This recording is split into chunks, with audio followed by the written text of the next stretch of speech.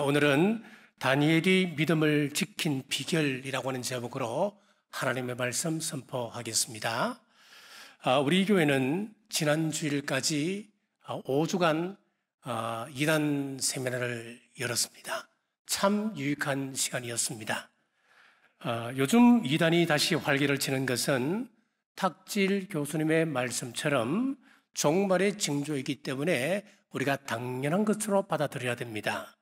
우리가 사는 이 시대를 종말의 시대라고 이야기합니다. 이단을 비롯한 종말에 나타날 수 있는 징조들이 동시다발적으로 나타나기 때문에 그렇습니다.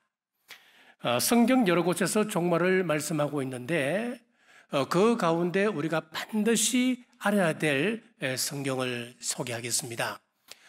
물론 이 외에도 여러 곳에 나옵니다만은 중복되거나 아니면은 짧게 나옵니다만은 제가 지금 말씀드리는 이 책들은 굉장히 심도 있고 깊은 그런 말씀이기 때문에 한 책뿐만 아니라 이 책을 전부 다 우리가 숙독할 만큼 여러분들이 이해하시고 읽으셔야 우리가 미혹되지 않을 수 있습니다.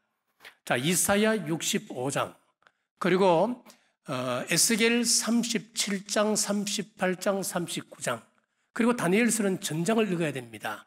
1장에서 12장까지 그리고 스가랴서는 14장을 반드시 읽어야 합니다. 신약에 가서는 마태복음 24장, 25장, 고린도전서 15장, 데살로니가전서 4장, 5장, 데살로니가후서 2장, 그리고 고린도후서 3장과 요한계시록 이것을 우리가 단편적으로 읽으시면 안 돼요. 만약에 여러분들이 종말에 대해서 말세론에 대해서 좀 깊이 알고자 하면은 다 같이 한번 읽어주셔야 됩니다. 자, 그리고 종말에 있어서 징조를 굉장히 중요시합니다. 징조 중에 단회적 징조라고 하는 것이 있습니다. 이것은 예수님께서 재림하시는 그 임박한 그때에 이 땅에서 이루어질 그런 징조를 이야기합니다. 그래서 이 5가지가 이루어지면 예수님께서 이 땅에 오실 날이 가까웠다. 우리는 그렇게 보시면 되는 거예요. 자, 단회적 징조 5가지 중에 첫 번째가 뭐냐면은 이스라엘의 독립입니다. 이스라엘은 1948년 5월 14일에 이스라엘은 이미 독립됐습니다. 그리고 두 번째는 통일정부, 통일경제, 통일화폐, 통일종교가 나타납니다. 지금 과정에 있다고 보시면 됩니다. 러시아가 우크라이나를 침략하리라고 누가 생각했겠습니까? 이 21세기의 말이죠. 자, 이번 전쟁으로 유럽연합은 더욱 하나로 뭉치게 될 것이고 세력은 더 커질 것입니다. 중립국으로 있었던 핀란드와 스웨덴이 이번에 나토에 가입했습니다. 자, 언젠간 통일 종교 지도자가 표면적으로 평화의 메신저로 나타날 때가 곧 올 것 같습니다. 자, 세 번째는 짐승의표 666입니다. 베리칩을 666으로 여러분 말씀하시면 안 됩니다. 베리칩은 666 짐승의 표로 가고 있는 단계에 있는 겁니다. 왜냐하면 종말에 관련된 모든 성경을 통시적으로 보시면은 666 짐승의 표는 한 가지 힌트가 나옵니다. 반드시 믿음과 연결시켜서 나오게 됩니다. 아직까지는 믿음과 연결시키는 그런 일이 없기 때문에 베리칩을 666표로 보시면 안 됩니다. 그 가는 과정으로 보셔야 정확할 것입니다. 네 번째는 제3성전의 건축입니다. 모리아산에 지금 회교 사원이 있습니다. 그 사원이 무너지고 그 자리에 제3성전이 건축되어져야 합니다. 그리고 마지막 5번째는 땅끝 선거입니다. 예수님의 복음이 이스라엘에서 출발했기 때문에 땅끝도 이스라엘로 보셔야 합니다. 이스라엘의 소수법이 통과되었습니다. 이스라엘의 소수법이라고 하면 그 소수자 가운데 누가 포함되느냐? 우리 기독교가 포함됩니다. 그런데 우리나라 소수법 같으면은 이슬람이 들어가고 또 동성애가 들어가고 그렇잖아요. 그런데 이스라엘의 소수자 가운데는 우리 기독교가 들어갑니다. 몇 년 전에 이스라엘에는 소수자법이 통과되어서 유대교에서 공식적으로 기독교를 핍박하면 안 되게끔 법적으로 그렇게 되었습니다. 지난 그 주에 수요일 날 우리 서영주 목사님이 설교를 하셨습니다. 그 서영주 목사님의 사역을 쭉 설명하는 가운데 주 사역이 무엇이냐 쭉 들어보면은 거리 찬양 아닙니까? 거리 찬양을 안전하게 지금 진행할 수 있는 것은 소수자법이 통과되었기 때문에 유대 사회에서 가능한 일입니다. 2014년도에 이스라엘 땅의 교회가 20개였습니다. 그런데 지금 이스라엘의 교회와 기도처와 개인 예배처까지 쭉 합치면은 400개가 넘었다고 하는 통계가 나와 있습니다. 그렇습니다. 이 5가지가 이루어지게 되면은 주님의 재림이 임박한 것입니다. 5가지 단회적 징조 외에 성경은 15가지 연속적 징조를 또한 말씀하고 있습니다. 이것은 지금까지 역사 속에 늘 있었던 사건들입니다. 그런데 종말의 때가 되면은 이런 15가지 징조들이 동시다발적으로 일어나게 됩니다. 15 가운데 몇 가지를 살펴보면은 첫째가 속도입니다. 마지막 때가 되면 빨리빨리 사람들이 움직인다는 겁니다. 지금까지 인류는 늘 속도 경쟁을 해왔습니다. 지금 어디까지 와 있는 줄 아십니까? 초고속 열차 루프가 만들어지게 되면은 서울에서 부산까지 16분이면 갈 수가 있다고 합니다. 우리가 해외 여행을 할 때 여객기를 타잖아요. 그 여객기 속도가 보통 얼마냐면은 시속 900km입니다. 그런데 하이퍼루프 이 열차는 시속 1200km를 달린답니다. 그러니까 서울에서 부산까지 16분이 가능한 것이지요. 인도는 2024년도에 하이퍼루프 열차를 상용화 계획을 세우고 있고 우리나라는 2026년도에 시범 운행 계획을 세우고 있다고 합니다. 자, 지식이 또한 많아진다 그랬습니다. 상상을 초월한 지식을 우리는 경험하게 될 겁니다. 소프트뱅크 손정희 회장이 인공지능과 연결된 컴퓨터가 나오는데 IQ가 무려 만이라고 이야기합니다. 그런 시대가 곧 올 것이다 라고 소프트뱅크 손정희 회장이 말했습니다.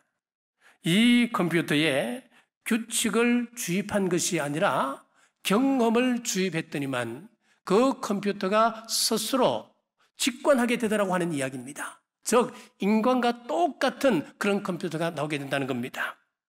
이외에도 전쟁이 일어나고 테러가 곳곳에서 발생합니다. 기근이 일어나고 전염병이 전 세계적으로 돌게 됩니다. 지진, 바다 흉룡, 천체 이상, 공해, 그리고 성타락과 이단 등 15가지 연속적 징조가 동시다발적으로 나타나게 되면 주님의 재림이 임박했다. 우리는 짐작할 수 있어야 합니다. 그러니까 이런 징조를 보고 깨어있는 사람은 깨달을 수 있습니다. 자, 우리 사람에게는 오감이 있다 그럽니다. 그런데 동물에게는 우리가 갖고 있지 않은 육감이 있습니다. 인도네시아에 큰 쓰나미가 왔을 때에 쥐들은 이미 알고 전부 다 도망을 쳤다는 이야기 아닙니까? 자, 하지만 우리 인간은 오감밖에 없지만은 미래를 알 수 있는 것이 하나 있습니다. 그것은 바로 성경입니다. 하나님께서 성경을 우리에게 주셔서 내일을 알 수 있도록 했습니다. 하나님께서는 아모스 선지자를 통하여 이렇게 말씀하고 있습니다. 아모스 3장 7절 말씀에 주 여호와께서는 자기의 비밀을 그종 선지자들에게 보이지 아니하시고는 결코 행하심이 없으시리라. 성경의 역사를 보면 항상 그랬습니다. 이 세상을 홍수로 심판하시겠다 하실 때에 어느 날 갑자기 땅이 터지고 하늘에서 비가 내려 이 세상을 홍수로 멸한 것이 아니었습니다. 홍수 전 120년 전에 노아에게 방주를 만들어 대비하게끔 하셨습니다. 소돔과 고모라를 멸망시킬 때도 번갯불에 콩 볶듯이 하늘에서 갑자기 유황불이 비처럼 내려서 소돔과 고모라를 멸한 것이 아니었습니다. 아브라함에게 미리 말씀하시고 시행하셨습니다. 우리는 종말론적 시대를 살고 있는데 말씀을 통하여 여러 징조를 말씀하셨고 알고 있습니다. 이것을 듣고 깨달으면 이제 중요한 것은 우리의 삶이 중요합니다. 자, 오늘 본문에서 어떤 삶을 살아야 하는지 우리의 신앙을 점검하게끔 합니다. 자, 오늘 본문은 다니엘 인생에서 최대의 위기를 만났습니다. 다니엘은 바빌론으로 포로로 잡혀간 5만여 명의 포로 중 한 사람이었습니다. 다니엘은 다른 사람보다 지혜로웠습니다. 명철이 뛰어났습니다. 그래서 느부갓네살 왕이 다니엘을 등용하여 측근해 두었습니다. 세상이 바뀌어 바빌론이 망하고 메대와 바산 나라가 들어섰을 때도 포로로 잡혀간 사람이었지만 워낙 충성되고 지혜로운 사람이니까 바사왕 다리오가 그를 재등용하게 되었습니다. 당시 메대 나라가 얼마나 큰 나라였나 하면은 방백을 120명 두었습니다. 여기서 방백이라고 하는 것은 우리나라로 치면 도지사를 이야기합니다. 120명의 도지사가 있었단 말이죠. 얼마나 영토가 컸다 하는 것을 알 수가 있습니다. 120명 위에 3명의 총리를 두었고 그 3명 총리 가운데 또 어뜸을 세웠습니다. 그 어뜸이 누구였냐면 바로 다니엘이었습니다. 포로로 잡혀왔던 유대인이 왕 다음으로 높은 자리에 있으니까 다른 권력자들이 시기하고 모함합니다. 질투합니다. 그러나 그를 모함하려고 해도 다니엘은 도무지 허물이 없는 사람이었습니다. 그래서 신앙 문제를 교묘히 이용해서 올무를 걸었습니다. 이제부터 30일 동안 왕 이외에는 절할 수도 없고 무엇을 구해서도 안 된다. 만약에 이 금령을 어기게 되면 사자굴에 던져지게 될 것이다. 금령을 만들어 왕에게 구하니 다리오 왕이 다니엘을 제거하기 위한 음모인 줄도 모르고 그 문서에 의인을 찍고 말았습니다. 8절에서 9절 읽습니다. 그런즉 왕이여 원하건대 금령을 세우시고 그 조서에 왕의 도장을 찍어 메대와 바사에 고치지 아니하는 규례를 따라 그것을 다시 고치지 못하게 하옵소서 하며 이에 다리오 왕이 조서에 왕의 도장을 찍어 금령을 내니라. 하나님께만 예배하던 다니엘에게 왕만을 섬겨야 한다고 하는 청천벽력 같은 법인 겁니다. 즉 우상 숭배의 시험이 찾아온 것입니다. 이것은 신앙을 지키는 데 있어서 영적인 사형 선고와도 같은 것입니다. 이런 상황에서 다니엘이 끝까지 믿음을 지켰던 비결이 나오는데 그것이 바로 감사였습니다. 첫째, 다니엘은 조서에 왕의 도장이 찍은 것을 알고도 감사했습니다. 10절 말씀입니다. 다니엘이 이 조서에 왕의 도장이 찍은 것을 알고도 그의 하나님께 감사하였더라. 자, 여기 다니엘의 감사는 사자굴에 던져질 것을 알고도 신앙을 지키려고 하는 순교적 각오의 감사신앙을 보여줍니다. 4절입니다. 이에 총리들과 고관들이 국사에 대하여 다니엘을 고발할 근거를 찾고자 하였으나 아무 근거 아무 허물도 찾지 못하였으니 이는 그가 충성되어 아무 그릇됨도 없고 아무 허물도 없음이었더라. 다니엘의 허물을 찾지 못하던 그들이 결국 하나님만을 섬기는 신앙을 문제 삼아 다니엘을 시험에 빠지게 하였습니다. 마찬가지입니다. 우리가 하나님 앞에서 신실한 신앙인으로 살아간다고 한다면 세상에 사탄 마귀는 늘 우리 주위에서 호시탐탐 노리고 있습니다. 마지막 시대의 마귀는 할 수만 있다면 믿는 자를 무너뜨리려 합니다. 그래서 그렇게 신앙 좋았던 그 사람이 신앙 다 버리고 적당하게 세상과 타협하며 즐기며 인생을 살아가더란 이야기지요. 자, 그러나 오늘 다니엘은 조서의 도장이 찍히고 사자굴에 던져질 것을 알고도 감사한 것입니다. 마태복음 24장에 보면 예수님께서 제자들에게 예수님 재림 때 일어날 일들에 대해서 말씀하고 계십니다.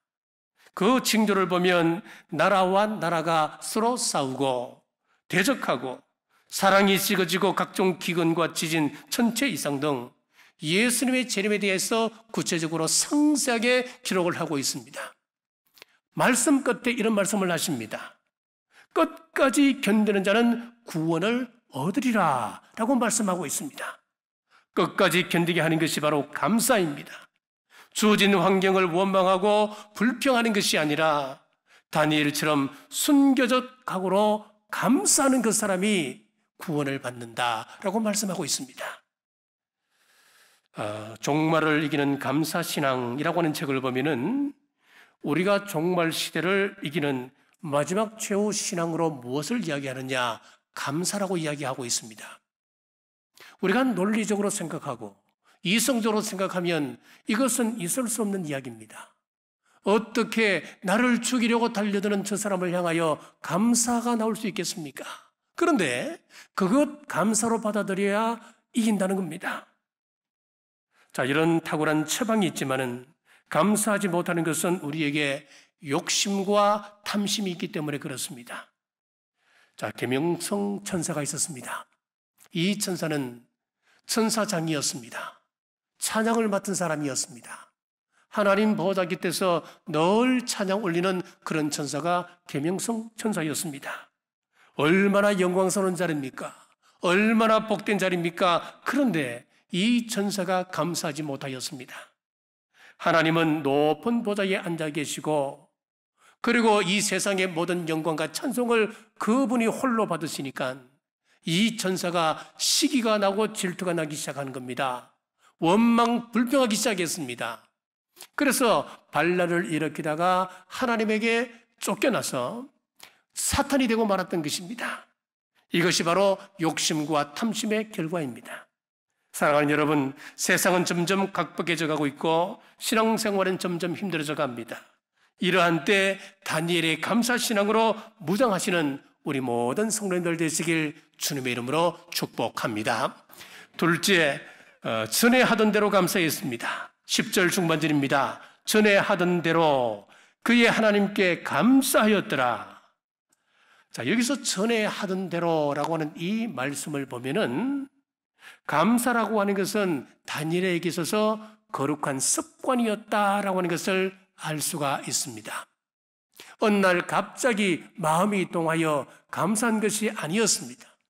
그런 늘 평소에 감사가 생활화되었던 사람이었다라고 하는 것을 가르치고 있는 거예요. 자, 우리 몸이 하루에 일하는 것을 보면은 숨을 몇 번 쉬느냐? 23,000번 정도 숨을 쉰다고 합니다. 우리의 심장은 몇 번 뛸까요? 하루에 약 한 10만 번 정도 우리 심장이 뜁니다. 그럼 우리의 혈액은 얼마나 돌까요? 하루에 우리 온몸을 2억 7천만 킬로미터를 돈다고 그럽니다. 놀라운 일이지요. 우리 혈액이 우리 몸을 하루에 도는 그 거리를 재보면은 달에서 왔다 갔다 하는 왕복거리라는 거예요. 자, 그런데 이 모든 일들이 약간만 차질이 생겨도 우리는 곧 죽음을 맞게 됩니다.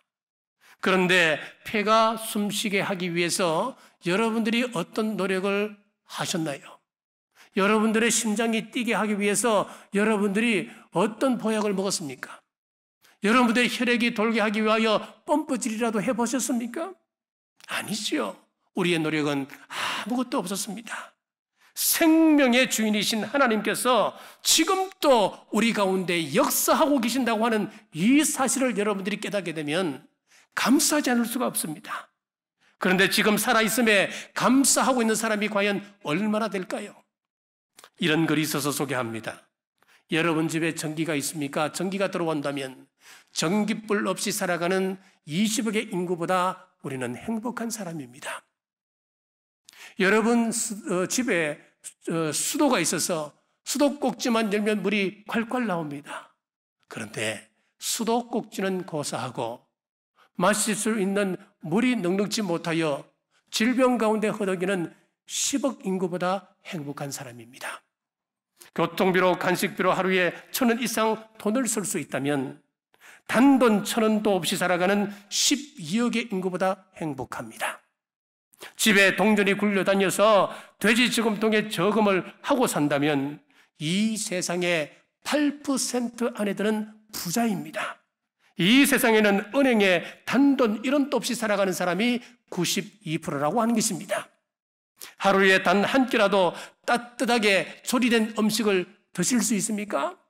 그렇다면 감사하십시오. 이 세상에는 먹을 것이 변변찮아서 영양실조로 고통당하는 사람이 8억입니다.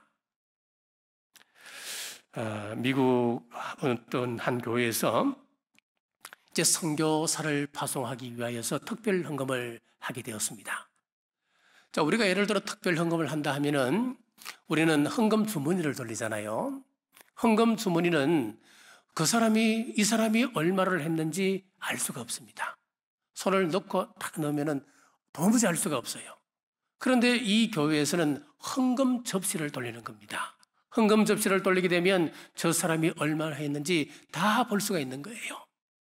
그 헌금 접시가 시각장애인 앞에 오게 되었습니다.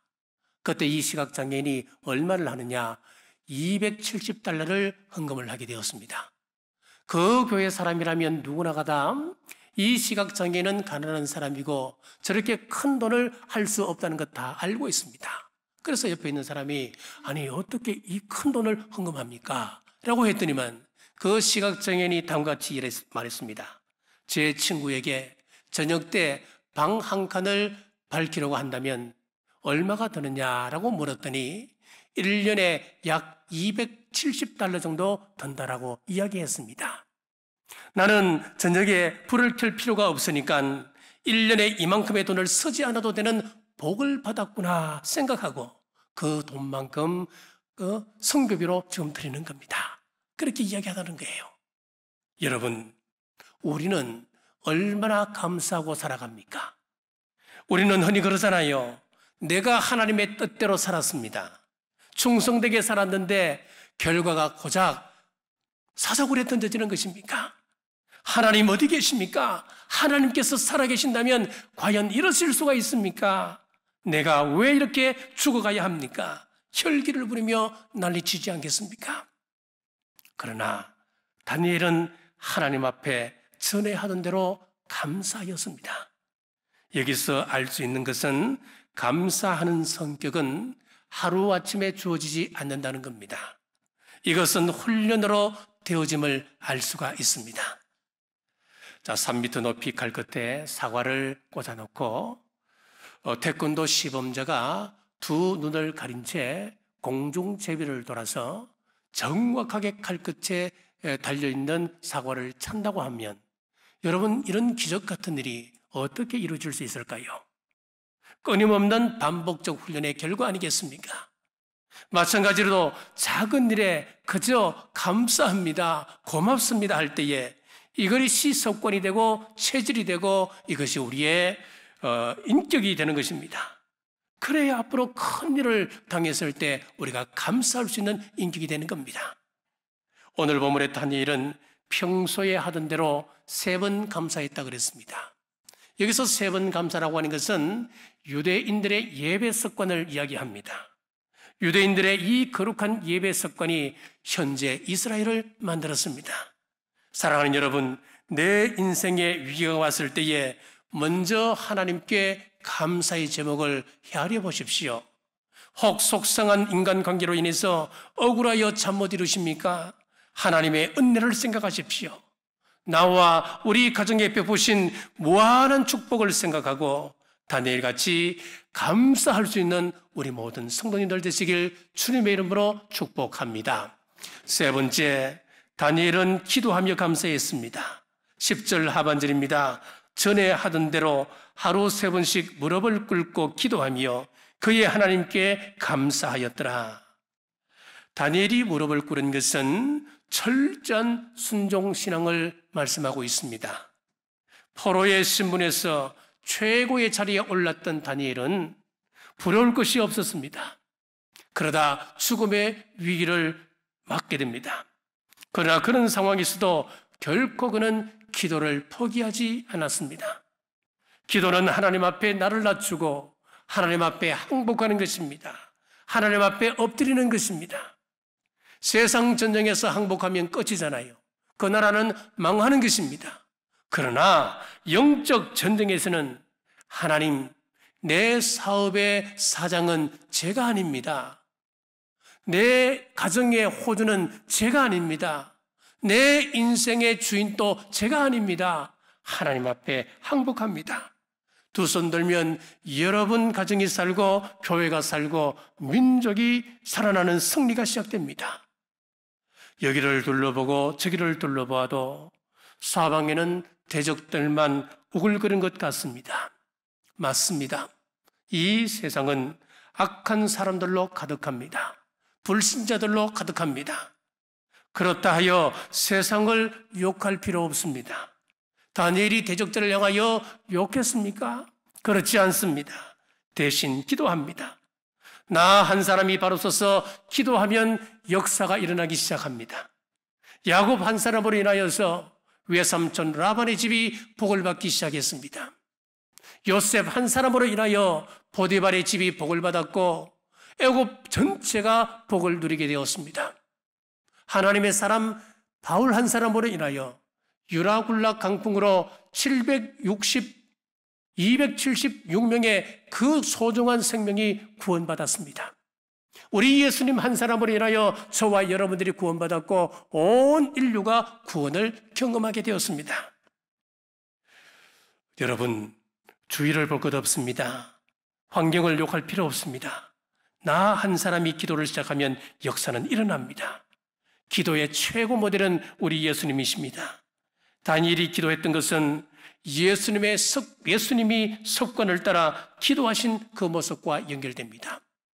누가복음 22장 39절에 보시면은 예수께서 나가사 습관을 따라 감람산에 가심에 제자들도 따라갔더니 누가복음의 말씀처럼 예수님이 기도하신 그 모습은 거룩한 습관 그 자체였습니다.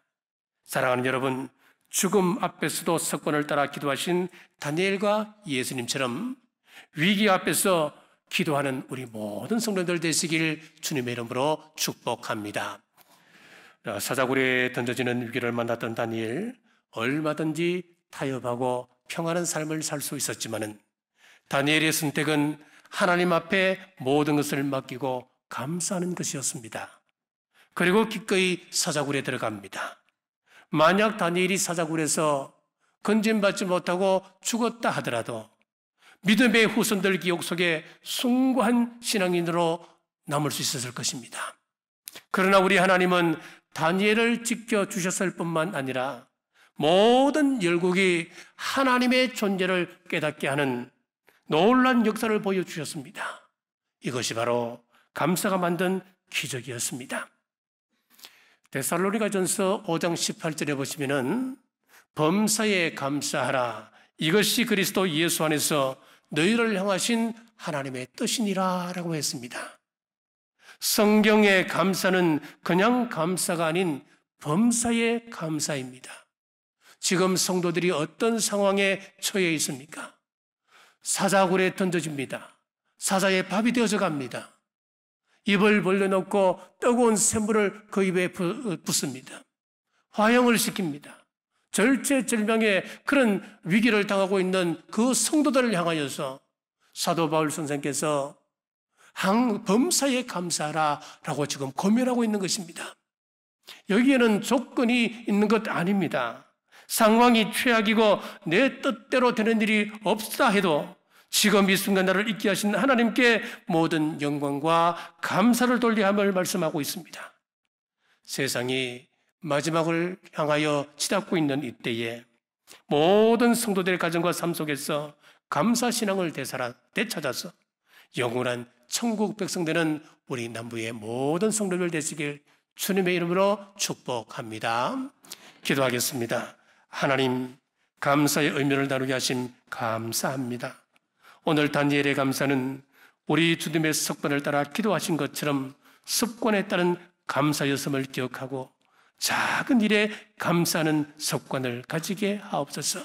마지막 때 감사가 우리 믿음을 지킨다는 것을 기억하고 범사에 감사하는 우리 남북의 온 성도들 되게 하옵소서. 다시 오실 예수님 이름으로 간절히 기도드리옵나이다. 아멘.